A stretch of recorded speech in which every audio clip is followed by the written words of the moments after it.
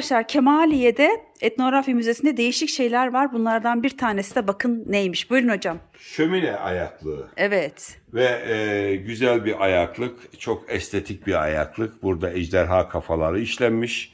Burada çiçekler var. Şimdi bu ateşin içinde, alevlerin içinde kızarmış demirin şu ejderhanın ağzından alev çıkıyormuş gibi o kıvılcımların çıktığını ve şu gülün kızarmış halini düşünebiliyorsanız, Evet. hayal edebiliyorsanız inanılmaz estetik şeyler. Evet, evet. Yani insanlar sadece böyle ateş yakıp ısınmayı değil, içinde özel estetik şeyler de düşünmüşler. Yani onlarca, yüzlerce yıllar önce bile bu estetik kaygı varmış. Tabii ki. Eskiden daha estetik şeyler düşünülmüş. Evet. Şimdiki gibi 4 duvar yapıp içine girmeyi düşünmemiş insanlar. Evet, çok güzel. Teşekkür ediyorum hocam.